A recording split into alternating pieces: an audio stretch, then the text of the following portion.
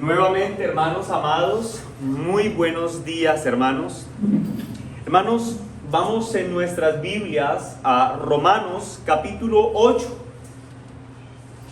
Nuestro hermano Giancarlos leyó desde el versículo 34, pero la verdad es que era desde el versículo 31 hasta el final del capítulo.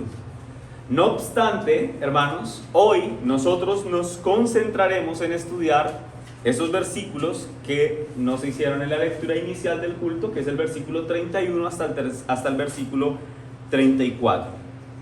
Recuerden, hermanos, que nosotros estudiamos un mes expositivamente la carta a Timoteo, la primera carta a Timoteo, y el siguiente mes y estudiamos la carta a los romanos. La última vez, y esto quiero hacerlo como un breve recorderis a fin de que tengamos claros el contexto general en el que se está desarrollando la historia para que podamos entender mejor estos versículos. En el último estudio nosotros estábamos posicionados en el capítulo 8 y vimos que el capítulo 8, a lo largo de todo este capítulo, el apóstol Pablo está tratando un tema en particular. ¿Cuál es el tema que el apóstol Pablo está tratando aquí en el capítulo 8? La seguridad que los creyentes tenemos de que nos reuniremos con Cristo en la eternidad en virtud de nuestra unión con Él. Si nosotros hemos creído a Cristo, si hemos creído en su obra redentora, Pablo en el capítulo 8 de la carta a los romanos dice: indudablemente tú estarás en el cielo. Indudablemente, si tú has creído en Cristo, tú puedes estar seguro de que estarás con Él en la eternidad y de que estarás a la mesa triunfante con el triunfante Rey por siempre y para siempre si tú aquí has creído en Cristo.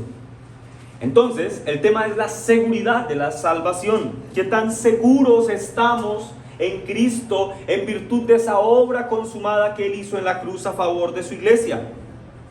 Muchos comentaristas, mis hermanos, cuando se habla de Romanos capítulo 8, coinciden en decir que Romanos capítulo 8 es el punto más elevado de toda la carta. Es el punto cúspide, donde Pablo, después de argumentar la ineficiencia del hombre para salvarse a sí mismo, de presentar a Cristo como el Salvador de los hombres, de mostrar la imposibilidad de la ley para salvar a los hombres, pero cómo en Cristo el hombre puede ser salvo, después de hacer todo esto, nos lleva a lo que dicen algunos es el clímax de la carta, el capítulo 8. Pero también concuerdan los comentaristas que cuando se estudia el versículo 31 hasta el final del capítulo, es decir, hasta el versículo 39, nos encontramos con el clímax del clímax, es decir, el punto más elevado del punto más elevado. ¿Me hago entender, mis hermanos? Estos versículos son de muchísima importancia. Y hermanos, si son tan importantes y si tantos eruditos coinciden en decir que son un punto muy elevado de la carta, haríamos bien, mis hermanos, si nos acercamos a estos versículos con reverencia y con un corazón humilde. Haríamos bien, mis hermanos, si quitamos el calzado de nuestros pies y entendemos que estamos pisando el terreno de lo celestial que ha sido revelado a los hombres a través de su bendita palabra. Es como si hubiéramos a lo largo de los meses de estudio de esta carta, es como si hubiéramos estado escalando una gran montaña y ahora hemos llegado a la cima de la montaña y desde esta montaña, mis hermanos, podemos ver ese glorioso paisaje de gracia que se extiende delante de nuestros ojos para beneficio y gozo de nuestras almas. ¿Y cuál es ese paisaje glorioso al que hemos ascendido? Versículo 31, hermanos. Leámoslo hasta el versículo 34. ¿Qué pues diremos a esto? Hermanos, escuchen. Si Dios es por nosotros, ¿quién contra nosotros? El que no escatimó ni a su propio Hijo, sino que lo entregó por todos nosotros, ¿cómo no nos dará también con Él todas las cosas? ¿Quién acusará a los escogidos de Dios? Dios es el que justifica. ¿Quién es el que condenará? Cristo es el que murió, más aún el que también resucitó, el que además está a la diestra de Dios, el que también intercede por nosotros. Amén. Qué maravilloso lo que acabamos de leer, hermanos. Podríamos entender el capítulo 8 como una gran construcción que el apóstol Pablo ha estado haciendo a fin de fortalecer nuestra confianza en Cristo. Podríamos entonces decir que el apóstol Pablo es un gran constructor del edificio de la confianza, para que una vez construido el pueblo de Dios pueda entrar a este edificio de confianza con tranquilidad, pueda entrar y habitar confiadamente en él. El apóstol Pablo ha puesto las bases de este edificio, ha hecho los arreglos generales de la estructura, pero también se ha preocupado de los siguientes detalles.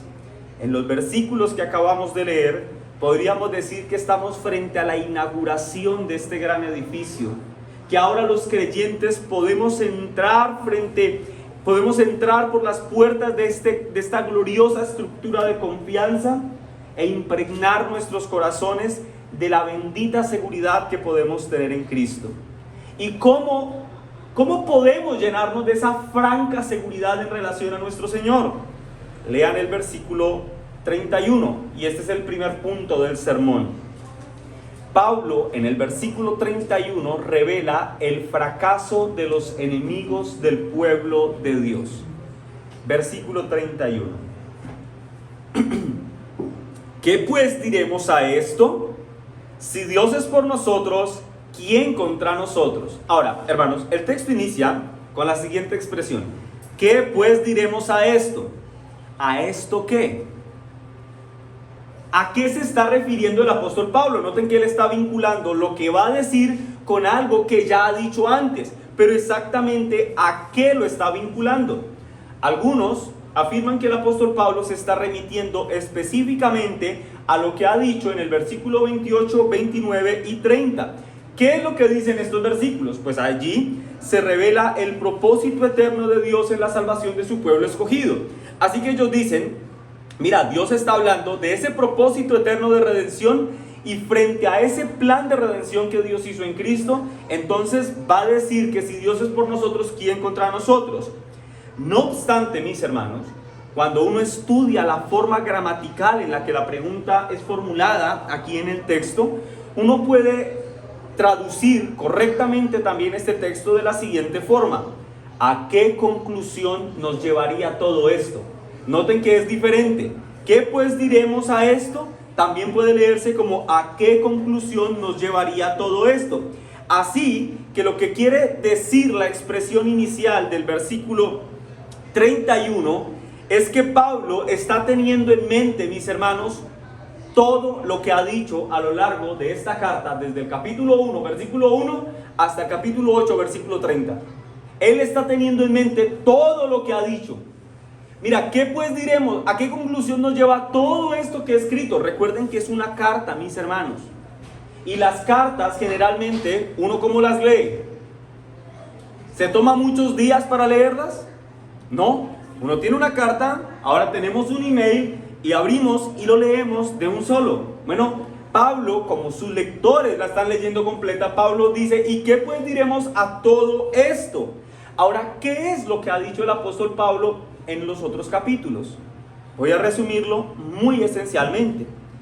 El apóstol Pablo ha indicado que el pecador necesita por sobre todas las cosas ser declarado justo delante de Dios. Pablo ha declarado que el pecador es un pecador irremediable. En sí mismo no tiene forma de solucionar el problema que tiene en relación a la justicia de Dios. Y como no puede hacerlo, todo lo que necesita el pecador es recibir justicia de parte de Dios, ser justificado delante de Dios. En Romanos capítulo 3, versículo 24 leemos: siendo justificados gratuitamente por su gracia, mediante la redención que es en Cristo Jesús. Es decir, mis hermanos, la justificación que nos era necesaria, de acuerdo a lo que acabamos de leer, no viene no pudo y nunca vendrá por ningún esfuerzo que sea inherente al hombre. Esta justificación de la que él ha hablado en los primeros capítulos es un don gratuito de Dios, y dicha justificación el apóstol Pablo enseña en Romanos 3:28 que solo se puede obtener por medio de la fe en Cristo. Lean conmigo Romanos 3:28. Concluimos pues que el hombre es justificado ¿por qué? Por fe. ¿Sin qué? Sin las obras de la ley.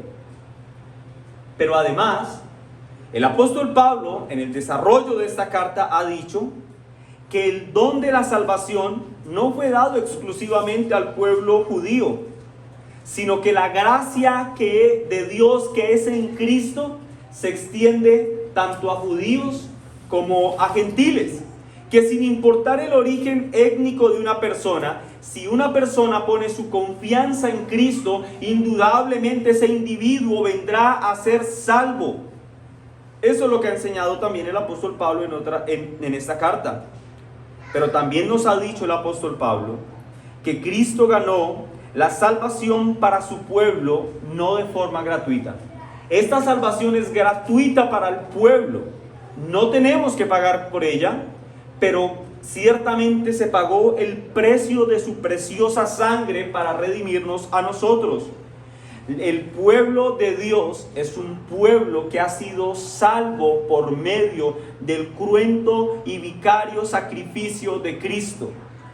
Somos salvos porque Él murió en una cruz y derramó su sangre por el perdón de nuestros pecados. Somos salvos porque Él venció a la muerte al resucitar de entre los muertos para declarar su victoria absoluta sobre las tinieblas. Somos el pueblo de Dios porque el Cristo resucitado ascendió glorificado a los cielos y se sentó a la diestra del Padre, y desde allí intercede por su pueblo. Esa es la realidad que el apóstol Pablo ha expresado a lo largo de toda la carta. Allí mismo en Romanos 3:21 leemos, Romanos 3:21: pero ahora, aparte de la ley, se ha manifestado la justicia de Dios testificada por la ley y por los profetas. La justicia de Dios por medio de la fe en Jesucristo. ¿Para quiénes? Para todos los que creen en Él. Todos los que creen en Él, para ellos es esa justicia de Cristo. Luego agrega, porque no hay diferencia. No hay diferencia entre quiénes, entre judíos y gentiles. ¿Y por qué no hay diferencia? Él responde, ¿por qué?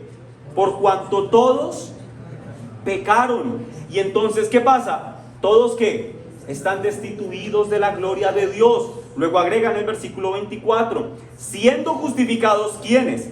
Aquellos que en Él creen, del versículo 22, siendo justificados gratuitamente por su gracia, mediante la redención que es en Cristo Jesús, a quien Dios puso como propiciación por medio de ¿qué? De la fe en su sangre, para manifestar su justicia a causa de haber pasado por alto en su paciencia los pecados pasados, con la mira de manifestar en este tiempo su justicia, a fin de que Él, Cristo, sea el justo y el que justifica al que es de la fe de Jesús. Eso es lo que el apóstol Pablo ha dicho a lo largo de esta carta. Y frente a ese glorioso panorama, ¿lo tienen claro, mis hermanos, cuál es el panorama? De Cristo salvando a un pueblo que no podía salvarse a sí mismo, que si ese pueblo pone su confianza en Él, ese pueblo indudablemente será salvo. Frente a ese panorama es que Él dice, ¿qué pues diremos a todo esto? ¿A qué conclusión nos lleva todo esto que ya les he dicho del Evangelio? En otras palabras, mis hermanos, el apóstol Pablo nos recuerda todo lo que Dios ha hecho a favor de su pueblo a través de Cristo para reafirmarnos esta gloriosa realidad. Que si Dios ha hecho todo eso por nosotros, significa entonces que Dios es por nosotros. ¿Ven? ¿Por nosotros quiénes? Los de la fe en Cristo, naturalmente. Seguramente ustedes han escuchado a alguna persona que no es un creyente decir, no, Dios es por nosotros, ¿quién contra mí? No, ese texto, mis hermanos, se aplica exclusivamente a aquellos que han puesto su confianza en Cristo. a aquellos a quienes se les ha aplicado toda la realidad que el apóstol Pablo ha expresado desde el capítulo 1, versículo 1 hasta el capítulo 8, versículo 30.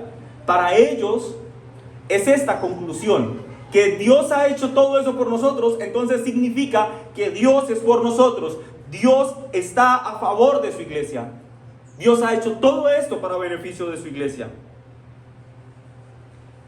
Y en ese glorioso contexto, inmediatamente después hace la siguiente pregunta. Y si todo esto es cierto, y lo es, mis hermanos, entonces pregunta, ahora, ¿quién contra nosotros?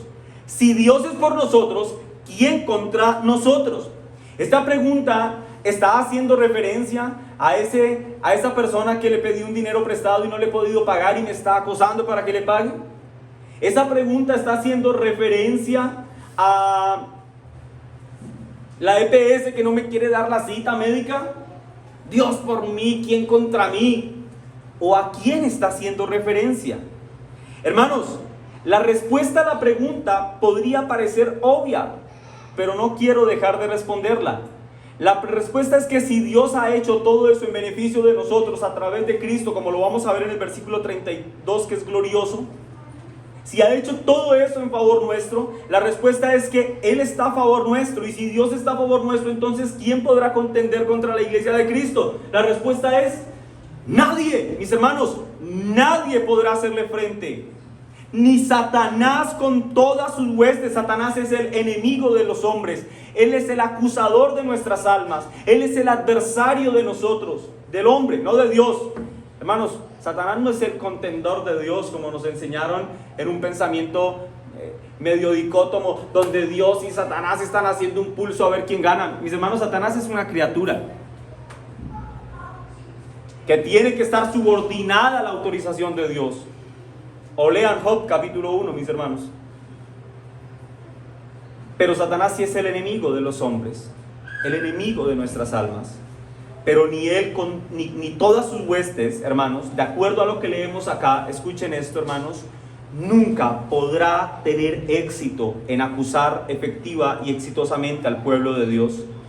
En otras palabras, mis hermanos, este texto nos revela una gloriosa verdad: el fracaso de los enemigos del pueblo de Dios.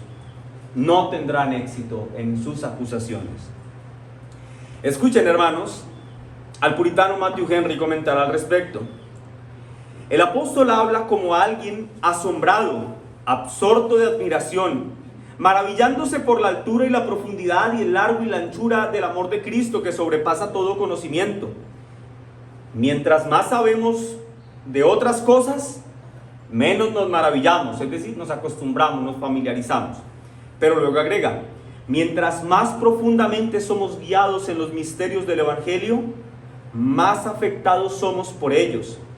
Mientras Dios esté por nosotros y nosotros seamos mantenidos en su amor, podemos desafiar con santa osadía a todas las potestades de las tinieblas. Satanás no tendrá éxito en contender o en acusar a la iglesia de Cristo. Lo hará. ¿Acusará al creyente? Ciertamente. Él es el acusador de los hombres. ¿Pero tendrá éxito? Jamás, mis hermanos. Nunca lo tendrá. Así que, mis hermanos, si Dios, el poder más grande e infinito del universo, está a favor nuestro, pregunto, ¿quién puede estar contra nosotros?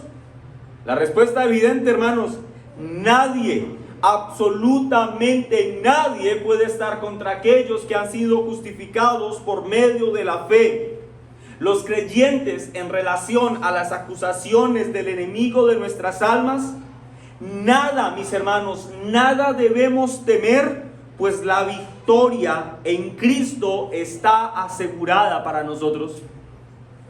Nada debemos temer. ¿Quién teme? Aquel que no puede tener la seguridad de la confianza que se desprende de la fe en Cristo. Ahora, mis hermanos, veamos cómo el apóstol Pablo, en los siguientes versículos, y de hecho hasta el final del capítulo, procurará ampliar esta respuesta yendo a detalles. ¿Quién puede acusar a los elegidos de Dios? Nadie, lo va a decir de hecho en un momento. ¿Quién contendrá contra la iglesia de Cristo? Nadie. Pero para argumentar que nadie puede contender exitosamente contra el pueblo escogido de Dios, el apóstol Pablo pondrá este argumento, hermanos, irrefutable, para que entendamos que nadie puede contender, que nadie puede acusarnos efectivamente. El argumento del apóstol Pablo en el versículo 32, mis hermanos, es el inmensurable amor de Dios hacia su iglesia. Hace un momento nuestro hermano Giancarlo, mientras oraba para iniciar el culto, daba gracias a Dios por su inmensurable amor. Y el título de esta enseñanza es el inmensurable amor de Dios. ¿Qué significa inmensurable? Algo que es imposible de medir o de valorar. Así de grande es el inmensurable amor de Dios. Hace un momento cantábamos: cuán profundo es tu amor, no lo puedo comprender, alto es para mí, cuán inmenso es. Ese es el inconmensurable amor de Dios que el apóstol Pablo retrata con mucha claridad en el versículo 32. Leámoslo, mis hermanos. Versículo 32. El que no escatimó ni a su propio hijo, sino, escuchen esto, ¿qué hizo con su hijo? Sino que lo entregó. ¿Por quiénes? Por todos nosotros. ¿Cómo no nos dará también con él todas las cosas? Noten, hermanos, que el apóstol Pablo viene de hablar del fracaso de los enemigos y del fracaso rotundo que ellos tendrán cuando procuren acusar al pueblo de Dios. Justo después de mencionar ese fracaso, en el versículo 32, el apóstol Pablo introduce esta idea, que Dios no escatimó el entregar a su propio Hijo para rescate nuestro. En otras palabras, mis hermanos, el apóstol Pablo en este texto le recuerda a la iglesia de Cristo que ella, la iglesia de Cristo, los que hemos creído en el Señor, podemos estar completamente seguros de que nos reuniremos en la eternidad con Dios a causa del inconmensurable amor que Él ha tenido por su pueblo escogido.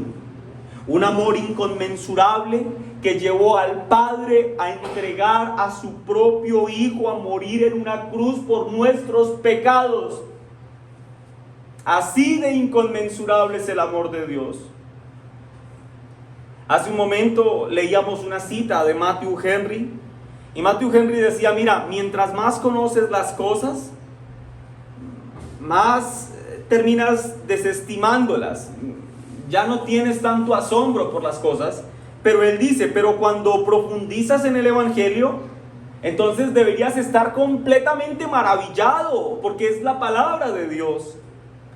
Pero lamentablemente, mis hermanos, esa no es la realidad de muchos en la iglesia hoy. Yo no puedo estar más de acuerdo con lo que dice Matthew Henry en su cita, pero la realidad, mis hermanos, es otra. Lamentablemente, mis hermanos, muchos se sienten tan bien relacionados con los conceptos teológicos, muchos se sienten tan familiarizados con las doctrinas fundamentales de la fe, que cuando leemos textos como estos, ya no nos sobresaltamos, ya no nos maravillamos, y leemos un texto como estos y decimos: oh sí, Dios entregó a su Hijo a morir por nuestros pecados. Conviene, mis hermanos amados, conviene por la salud de nuestras almas que nunca tomemos la palabra de Dios con esa ligereza y con esa liviandad. Pero sobre todo, hermanos, cuando nos encontramos como textos como el que estamos leyendo, expresiones como estas, que Dios no escatimó, Dios no refrenó su mano, Él entregó a su Hijo a morir por nuestros pecados. Estas expresiones, hermanos, traen implícitamente un profundo sentimiento de sufrimiento. El Dios eterno entregando al eterno Hijo a morir por nuestros pecados. Dime qué tiene de común, dime qué tiene de ordinario esto. nada. Hermano, piénsalo de esta forma. Las Escrituras dicen que Dios es el juez supremo sobre todos los hombres y que en su mano está el poder de juzgarnos a todos nosotros. Ahora, esas mismas Escrituras dicen que este juez perfecto tiene un hijo, un único hijo unigénito, que es santo y que es perfecto, que nunca ha cometido pecado. Es su querido hijo, que todo lo que ha hecho este precioso hijo es vivir para complacer al Padre a través de un cumplimiento perfecto de la voluntad del Padre.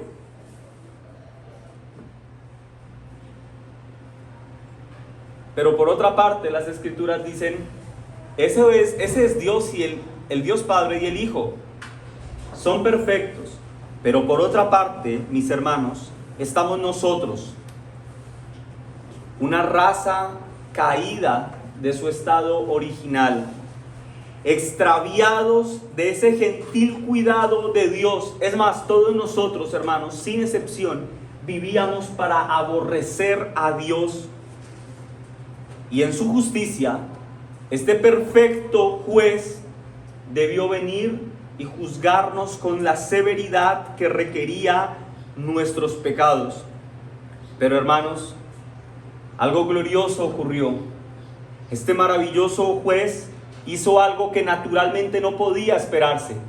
Naturalmente, ¿qué se podría esperar de un juez justo y perfecto en relación a unos seres pecadores que lo odiaban? Que los juzgara y los condenara. Pero Dios hizo, mis hermanos, algo increíble. Dios hizo algo asombroso, mis hermanos. Dios sí pronunció en su justicia, porque Dios no podía dejar de ser justo. Dios entonces sí pronunció su sentencia, pero no la pronunció sobre nosotros, hermanos. Cristo la llevó sobre sí mismo. El Padre, el perfecto juez, pronunció la sentencia sobre su querido Hijo amado. Y cuando eso ocurrió, hermanos, la perfecta vida del Hijo vino a ser imputada a nuestro favor, y la justicia perfecta con la que Él vivió vino a ser nuestra propia justicia. Dime qué tiene de ordinario y de común y de natural esto que te estoy diciendo. Nada, mi hermano, nada. Comenta William Hendrickson: Dios no escatimó a su Hijo. Él no mitigó la severidad de la sentencia de ninguna forma. El Hijo mismo concordó en esto con el Padre y el Espíritu Santo. El Hijo, Él cargó totalmente con toda nuestra horrenda maldición. El Hijo tomó la copa de la inexplicable agonía hasta la última gota. Eso fue lo que hizo Cristo en favor nuestro. En otras palabras, mis hermanos, Cristo bebió la copa de la ira de Dios que tú y yo deberíamos haber bebido. Y lo hizo a causa de su inconmensurable e inexplicable amor que tiene hacia los pecadores arrepentidos. Y ahora, hermano, a causa de ese inconmensurable amor que llevó a Cristo voluntariamente a morir en una cruz cumpliendo la voluntad del Padre, tú puedes tener la certeza de que la copa de la ira para ti está vacía. Que si la levantas y la pones contra tu cara, hermano, ni una sola gota de esa copa va a caer en tus labios. No va a pasar esto, porque Cristo la bebió hasta los sedimentos para que ahora tú puedas estar aquí sentado esperando la consumación de los tiempos, caminando, peregrinando hacia esa patria celestial. Es por causa de que Cristo se sometió voluntariamente a las demandas del Padre y que se entregó a morir por nuestros pecados, que todo creyente en cualquier parte del mundo sabe que puede entrar y sentarse confiadamente en la mesa del rey y que puede tomar cualquier copa que haya sobre la mesa y ninguna de estas copas contendrá su ira. Ninguna de estas copas contendrá la ira de Dios. La ira de Dios no estará en la boca del creyente, no pasará por sus gargantas y no llegará hasta sus entrañas, porque Cristo la ha bebido toda para sí. Contrario a beber la copa de la ira, podemos sentarnos en la mesa y beber de la copa de la gracia que es en Cristo, mis hermanos. ¿Ven cuán inconmensurable es el amor de Dios hacia su pueblo? Oh pastor, yo no logro entender esto. Pastor, yo no logro entender por qué la maldición que estaba sobre mis hombros fue puesta en los santos hombros de Cristo. Pastor, yo no logro entender por qué el inocente tenía que morir en sustitución del culpable. Yo no entiendo por qué la condenación que yo merecía le fue transferida si él era inocente. Yo no logro entender este inconmensurable amor. ¿Podría alguno de ustedes razonar? Hermanos, la verdad es que yo tampoco logro entenderlo. Pero lo que sí sé, mis hermanos, es que somos beneficiarios de esa gloriosa bondad del Señor. El Padre tenía un hijo, un único hijo, y lo entregó en rescate de un pueblo que le aborrecía. Algunos, cuando leen esta parte de las Escrituras del Padre entregando a su hijo, suelen relacionar esta historia con la historia de Abraham. Aquel que fue a entregar a su hijo, a su único hijo, como una ofrenda al Señor. Pero hermanos, ciertamente creo que más allá de las semejanzas que hay en la historia, realmente lo que debe exaltarse entre las historias son los evidentes contrastes que existen entre las mismas. En la historia de Abraham, el hijo fue rescatado al último momento, porque un sustituto que no era culpable, un corderito que estaba enredado, murió y el hijo fue preservado. Y Abraham era un hombre injusto, necesitado de la gracia de Dios como nosotros, igual su hijo.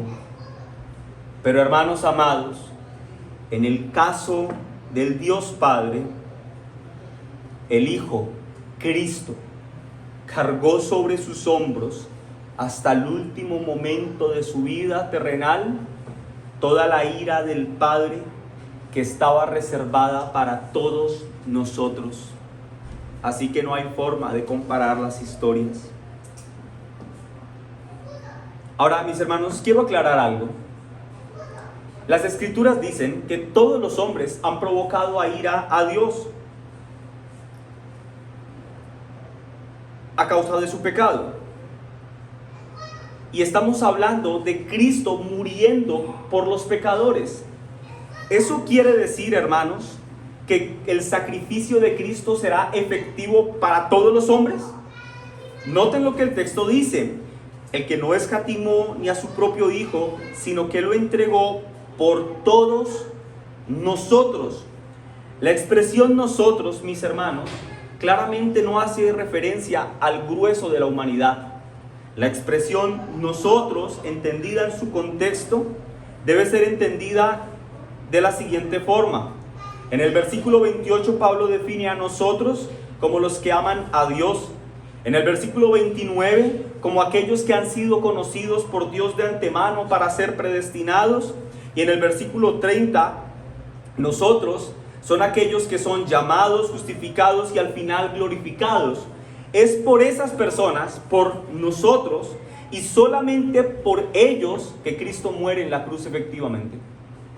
Es solamente por su pueblo escogido que Cristo hace un sacrificio expiatorio en la cruz, y ellos son los únicos beneficiarios de este inconmensurable amor que salva al pecador arrepentido de las fauces del infierno.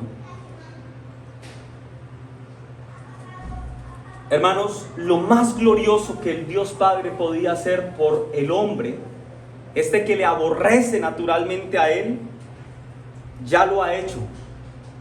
Y lo que hizo fue glorioso, entregar a su propio Hijo, y su propio Hijo entregarse voluntariamente a morir en una cruz con nuestros pecados, por nuestros pecados.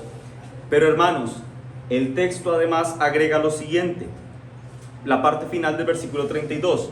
Después de hablar de este inconmensurable amor, pregunta lo siguiente que parece una obviedad también: ¿cómo no nos dará también con él todas las cosas? Si ya ha hecho esto tan glorioso, si ya no escatimó el entregar a su propio Hijo a morir por causa de nuestro pecado, pregunta razonalmente, dice, ¿cómo no nos dará con él, con Cristo, todas las cosas? El apóstol nos habla de una realidad celestial que es el inconmensurable amor de Dios hacia su pueblo, para después hacer una pregunta retórica que, como fue el caso de la pregunta anterior, la respuesta es más que evidente. Si ha hecho lo mayor por nosotros, naturalmente nos dará lo más esencial, lo menor. Martyn Lloyd-Jones dice, escuchen la expresión de Lloyd-Jones: si siendo enemigos, con todas nuestras pistolas disparando contra Dios, Él, así, siendo sus enemigos, entregó a su Hijo para redimirnos, obviamente entonces va a preservar con nosotros, venga lo que venga, ahora que somos su familia. Si nos amó cuando éramos viles e íbamos camino al infierno, claramente continuará derramando sus favores sobre nosotros, ahora que hemos sido purificados, lavados, reconciliados y que tenemos el cielo por destino. Amén. Es como si el texto preguntara: si Dios ha hecho lo mayor por nosotros, que era librarnos del infierno, declararnos justos en virtud de la justicia de Cristo, si Él ha hecho esto por nosotros, ¿cómo no nos dará lo menor? ¿Cómo no nos dará lo más esencial para la vida? Ahora, la pregunta sería, ¿a qué se refiere Pablo con todas las cosas? ¿A qué se refiere cuando dice, bueno, si ya ustedes han sido salvados por el sacrificio de Cristo? ¿A qué se refiere cuando dice, naturalmente nos dará todas las cosas? ¿Qué significa todas las cosas? ¿Acaso el apóstol Pablo está hablando de carros? ¿Nos dará el carro último modelo que tanto hemos soñado, como algunos enseñan? Bueno, de hecho, los falsos maestros toman este texto y dicen, si tú has creído en Cristo, entonces Él tiene que darte todas las cosas que tú quieras. Tiene que darte carro, tiene que darte viajes, tiene que darte la casa de tus sueños. Arquitectura posmoderna, si quieres, la puedes poner en tu carta de sueños. Él te dará todas las cosas porque tú crees en Cristo. Así que tú haz tu carta de sueños y muéstrasela. Me tienes que dar esto porque, bueno, porque yo creo en Cristo, así que tú tienes que darme todas las cosas. Para responder lo que significa todas las cosas, conviene que recordemos qué es lo que el apóstol Pablo está hablando en el capítulo 8. ¿Y cuál es el tema del capítulo 8, hermanos? La seguridad de nuestra salvación, aquella que podemos tener en virtud de nuestra unión con Cristo.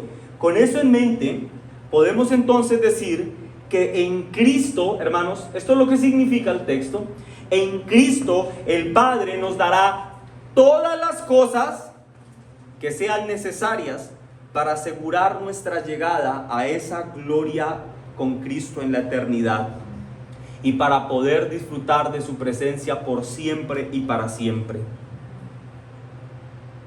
Ahora, quiero aclarar lo siguiente, hermanos. Lo anterior no significa que la expresión todas las cosas se limite únicamente a los aspectos espirituales, porque ciertamente hay cosas del plano terrenal que el Señor dispondrá para que nosotros seamos encaminados cada vez más a peregrinar hacia esa patria celestial.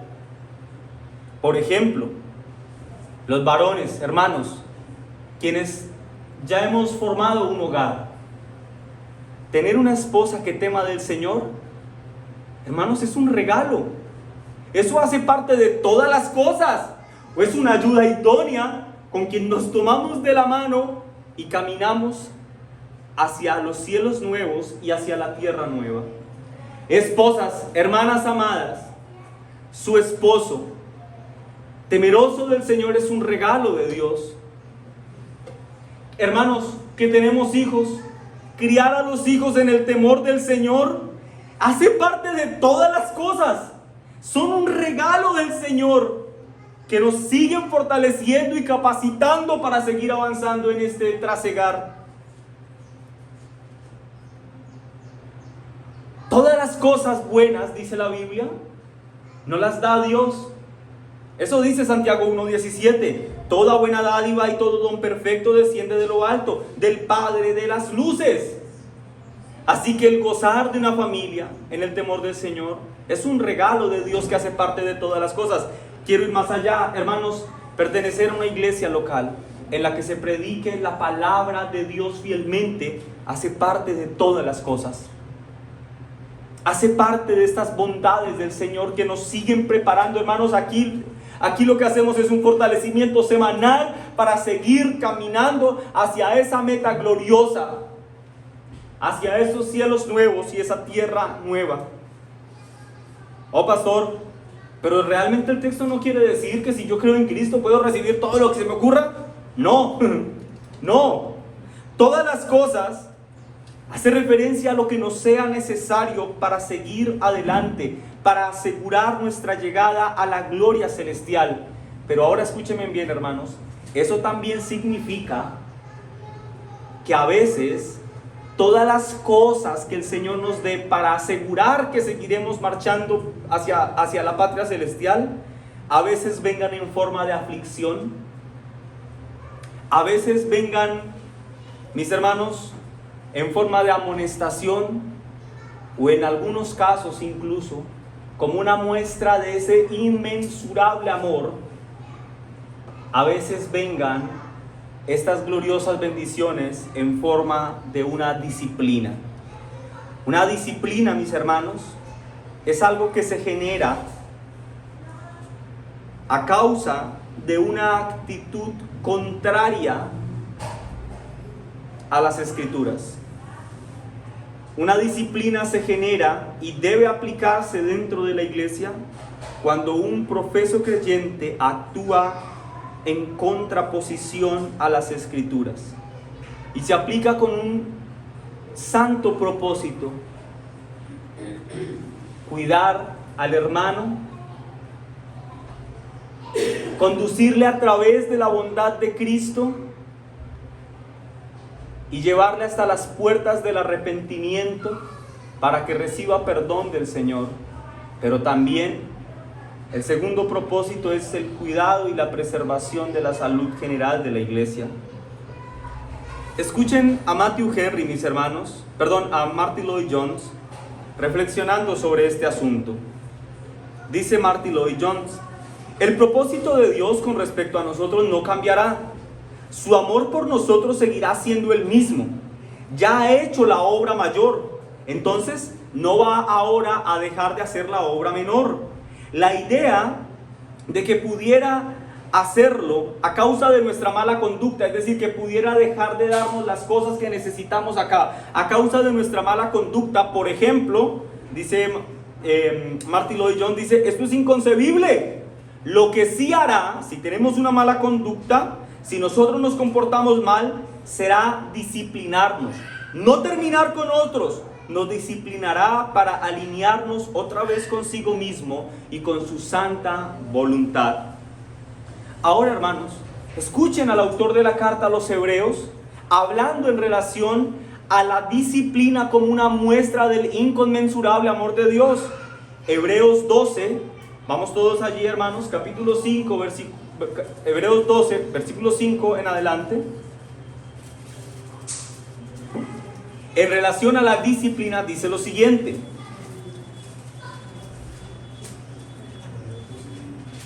Hebreos 12, versículo 5 en adelante. ¿Ya estamos allí, hermanos? Amén. Dice así: y habéis ya olvidado la exhortación que como a hijos se os dirige diciendo: hijo mío. ¿Qué dice allí? No menospreciéis la disciplina del Señor, ni desmayes cuando eres reprendido por Él. Porque el Señor, al que ama, disciplina y azota a todo aquel que recibe por hijo. Si soportáis la disciplina, Dios os trata como a hijos. Porque ¿qué hijo es aquel a quien el Padre no disciplina? Pero si se os deja sin disciplina, de la cual todos han sido participantes, entonces, ¿qué sois? Bastardos y no hijos. Por otra parte, tuvimos a nuestros padres terrenales que nos disciplinaban y los venerábamos. Les agradecíamos por cuidar de nosotros. ¿Por qué no obedeceremos mucho mejor al Padre de los Espíritus y viviremos? Y aquellos, nuestros padres terrenales, ciertamente por pocos días nos disciplinaron como a ellos les parecía. Pero Dios, para lo que nos es provechoso, para que participemos de su santidad. Es verdad que ninguna disciplina al presente parece ser causa de gozo, sino de tristeza, pero después, al principio es doloroso, pero después da fruto apacible de justicia a los que en ella han sido ejercitados. Amén. Hermanos, así que la expresión todas las cosas no se trata, como algunos piensan erróneamente y convenientemente, de una chequera en blanco con fondos ilimitados para que puedas fantasear con un montón de tonterías y la carta de los deseos. De eso no se trata. Todas las cosas, mis hermanos, tienen que ver con que recibiremos del Padre en Cristo todas las cosas que tú y yo necesitemos para estar con el Padre, con Cristo y con el Espíritu Santo por siempre en la eternidad. De eso se trata el texto, mis hermanos. Él nos dará todo lo que sea necesario, todo lo que tú requieras para garantizar que estarás con Él en la eternidad. Eso será lo que recibas de parte de Dios. Y nosotros con eso debemos estar plenamente contentos, satisfechos y gozosos. En otras palabras, mis hermanos, a través del sacrificio de Cristo, Dios suplió nuestra más grande necesidad espiritual, el ser reconciliados con Él y el ser declarados hijos suyos. Así que naturalmente podemos deducir que si Dios nos ha amado con un amor tan inconmensurable, tan grande como este, es seguro que en todas las cuestiones prácticas de nuestra vida recibiremos de parte de Él la ayuda que necesitemos. Es seguro que Dios suplirá las necesidades que tengamos mientras marchamos hacia los cielos nuevos y la tierra nueva. No somos hijos desamparados, mis hermanos. Somos hijos de un Padre que tiene cuidado de nosotros, que supervisa nuestro diario vivir, que ahora mismo se goza en ver a su pueblo reunido, escuchando la instrucción de su palabra. Ese es el cuidado de Dios con nosotros. En Cristo, mis hermanos, esa situación legal que tenía que ser resuelta ha quedado completamente arreglada.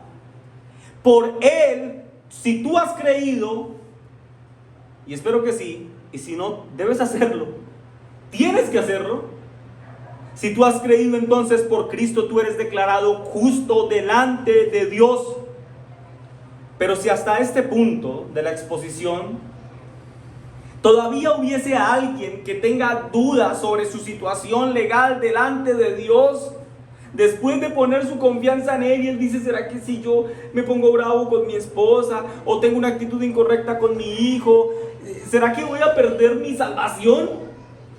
Responde el apóstol Pablo, para reafirmar aún más esta confianza, lo siguiente en el versículo 33 y 34. ¿Quién acusará a los escogidos de Dios? ¿Quién? Luego responde: si Dios es el que justifica. ¿Lo ven, hermanos? Esto es maravilloso. ¿Quién los acusará? Y Pablo responde: recuerden que Él es el que justifica. ¿Y quién nos declaró justos en Cristo? El Padre. ¿Quién es el que condena? ¿Quién es el que condenará? Cristo es el que murió. Ahora, para hablarnos de que esa condenación no es efectiva para nosotros, El apóstol Pablo nos recuerda que Cristo murió, más aún que Cristo también resucitó y que además está a la diestra del Padre y que además, hermanos, intercede por nosotros. Y aquí viene el tercer punto del sermón. Si tú has creído en Cristo, no hay acusación que tenga o vaya a tener éxito en tu contra. Ya hablamos en el primer punto de que Satanás fracasará. En el segundo punto hablamos que el argumento de ese fracaso es el inconmensurable amor de Dios. Y en el tercer punto, Pablo nos dice que Satanás sí intentará acusarnos, pero que nunca tendrá éxito. Nunca. Nunca, mis hermanos.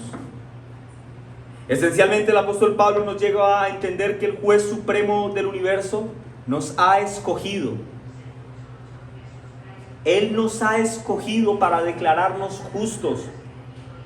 Por tanto, cuando Él declare su sentencia, no seremos hallados culpables si estamos en Cristo. Roy Day Jenkins comenta: quien preside el altísimo tribunal del universo ha declarado, escucha esto, hermano, que somos santos, justos, rectos y sin culpa. Por eso, pregunta Jenkins, ¿quién va a pasar por delante y presentar con éxito una acusación que nos cuelgue en el cuello y nos lleve al reino de los reprobos? Absolutamente y obviamente, dice Jenkins, nadie. Nadie. Pastor, ¿o sea que la salvación no se pierde? No, no se pierde. Porque es una obra hecha por Cristo en favor nuestro. No fue una obra nuestra en favor nuestro. Fue una obra de Él en favor nuestro. Podríamos parafrasear el versículo 33 así: es cierto, puedo ver con claridad de que no existe la posibilidad de que alguien pase al frente del tribunal de Dios para condenarme y que tenga éxito en su labor, ya que Dios mismo me ha escogido y Dios mismo me ha declarado justo en su Hijo. Hermanos, las Escrituras enseñan que Satanás, el enemigo de nuestras almas, constantemente es su labor acusar o levantarse en intentos de acusar a los hombres delante del juez supremo. Esto hizo en Job capítulo 1 con Job. Oh, mira tu siervo que dice que es tan fiel, pero es porque le has cuidado y tiene riquezas. Y Dios dice, bueno, quítale todo eso, no toques su vida. Y Job seguía fiel. Y vuelve el acusador delante de Dios y dice, mira, es porque su salud aún está buena. Bueno, no le quites la vida, pero toca su salud. El acusador constantemente está inquiriendo, constantemente estará acusándote delante de Dios. Lee conmigo Zacarías capítulo 3, hermano, versículo 1 en adelante. Zacarías 3.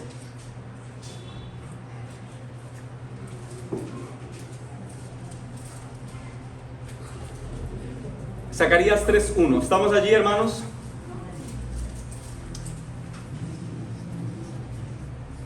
Quiero que en la lectura de Zacarías 3:1 en adelante, tu corazón, hermano, se llene de confianza al poder entender que tú en las manos de Cristo estás seguro de los ataques que Satanás levante contra ti. Satanás no tendrá éxito al acusarte delante de Dios. Mira lo que dice Zacarías 3:1.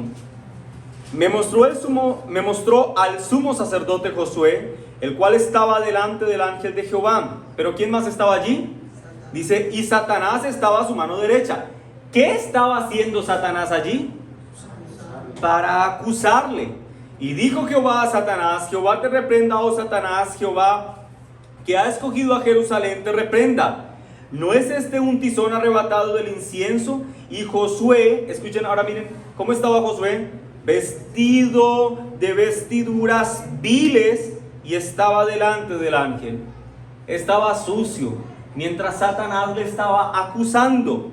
Ahora miren lo que hace el ángel, que es una teofanía, que es Cristo. Dice, y habló el ángel y mandó a los que estaban delante de él, diciendo, quitadle esas vestiduras viles y a él le dijo: mira, le dice el ángel, que es Cristo, mira que he quitado de ti tu pecado y te he hecho vestir de ropas de gala. Satanás estaba allí para acusarle, pero Cristo quitó las ropas viles y le vistió de gala. Pero no solo eso, dice: he quitado de ti tu pecado.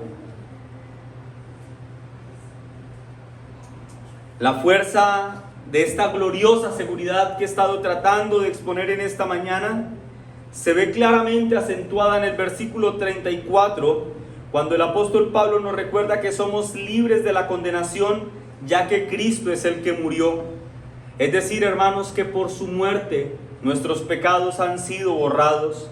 Pero también nos recuerda el texto que aquel que murió es aquel que resucitó. Es decir, que cualquier acusación que se levante contra los hijos de Dios ha quedado completamente derrogada, derrumbada, ya que la tumba está vacía. Pero además de que Cristo haya resucitado, el texto nos informa que Cristo, el resucitado, está en gloria a la diestra del Padre. La exaltación del Hijo por su obediencia, mis hermanos, el hecho de que Él esté a la diestra del Padre debe ser un recordatorio, un testimonio a nuestras almas de que esa obra perfecta que Él vino a hacer, de rescatar al pueblo que el Padre le dio, ha sido plenamente ejecutada. Por eso el Cristo, muriendo en una cruz, dijo: consumado es, y expirando entregó su vida. Y finalmente, en esta gloriosa construcción de confianza, el apóstol Pablo dice: no solamente está allí a la diestra, sino que allí, a la diestra del Padre, el Cristo, ¿qué está haciendo? Intercede. Así es, mi hermano amado, Cristo intercede por nosotros. En su gloriosa posición del Hijo exaltado y coronado de gloria, de honor, de poder y de autoridad, Cristo, mis hermanos, intercede incesantemente por la iglesia militante. Es decir, Cristo está intercediendo por ti y por mí, mi amado hermano. Quiero finalizar animándote a pensar en lo siguiente. Quiero, hermanos, que todos nos dirijamos a Juan capítulo 17.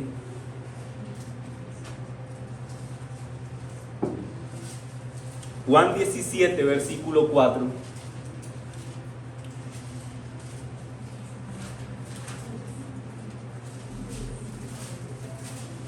¿Listo, hermanos? Amén. El apóstol Pablo viene a decir: mira, Cristo murió, Cristo resucitó, Cristo ascendió a la diestra del Padre en un cuerpo glorificado, y desde esa gloriosa posición el Hijo eterno de Dios intercede por la iglesia. Ahora escuchen lo que dice Juan 17:4. Dice el Hijo, le dice al Padre, orando, dice Jesús: yo te he glorificado en la tierra y he acabado la obra que me diste que hiciese. Padre, yo he sido perfectamente obediente a ti. Es lo que Cristo está diciendo.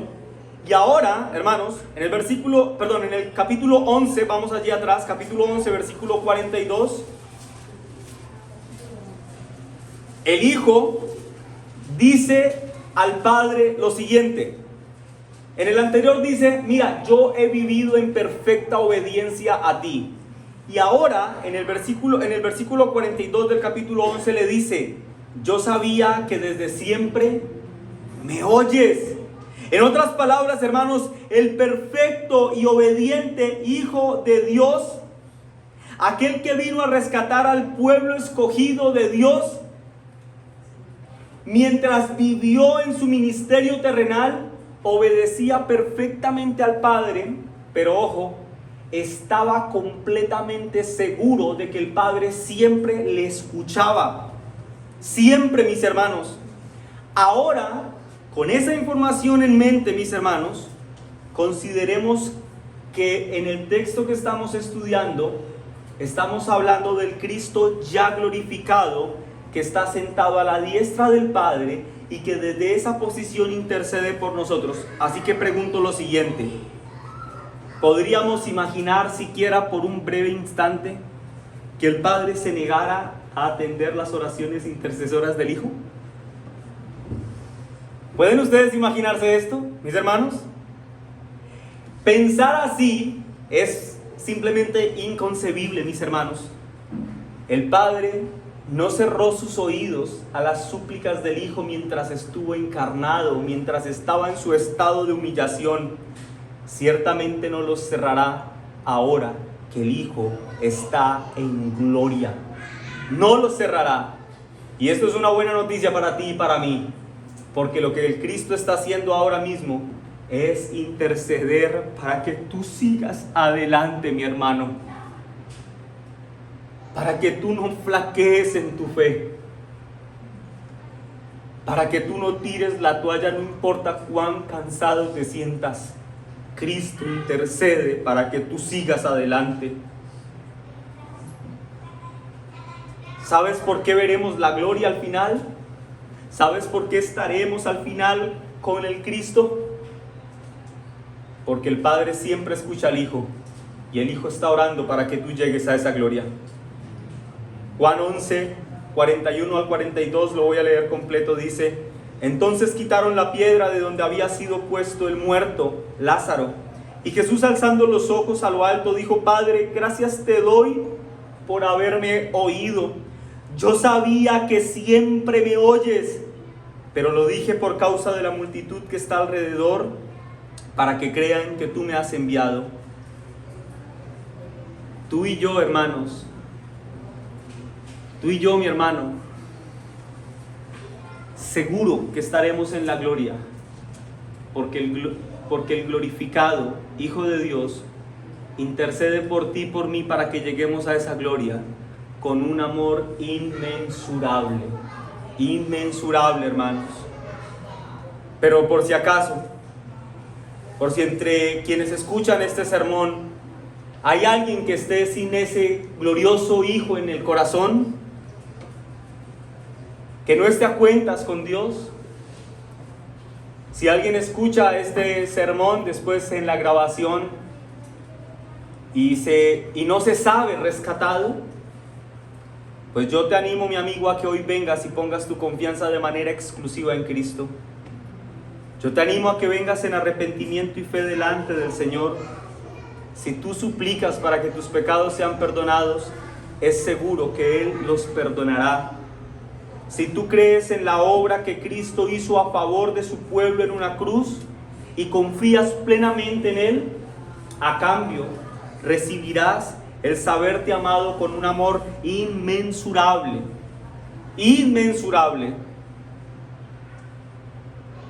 Si alguien vive y muere apartado de este inconmensurable amor, si vive como si Dios no existiera o como si no tuviera una necesidad real de Él y vive para darle rienda suelta a la satisfacción de sus deseos y muere en esa miserable condición, entonces será demasiado tarde. Porque aunque ese individuo no se siente a la mesa del rey, ciertamente desde la mesa le enviarán una copa para que beba. Y todo lo que encontrará en esta copa será la amargura de beber la ira de Dios hasta el final. Pero si tú has creído en Cristo, hermano amado, tú sí que te sentarás a la mesa del Rey. Y la buena noticia es que ninguna de estas copas tiene siquiera un pequeño rastro de su ira. Allí, cuando estés a la mesa con el Señor, podrás recordar este día y decir con seguridad: el enemigo nunca pudo acusarme exitosamente. Y aún, hermano, aún cuando el mundo alrededor se caiga a pedazos, cuando la economía se vaya a pique, cuando los gobiernos sean contrarios a la fe bíblica, aun cuando todo esto pase, tú debes seguir marchando adelante con firmeza, aun cuando las cosas no vayan bien en el trabajo, en el hogar, en el estudio. No importa, tú debes seguir caminando hacia adelante sin importar si todo te es contrario a ti. ¿Sabes por qué debes seguir marchando adelante? Porque Cristo está intercediendo para que tú lo hagas y el Padre está escuchando cuidadosamente al Hijo. Amén. Vamos a orar, hermanos.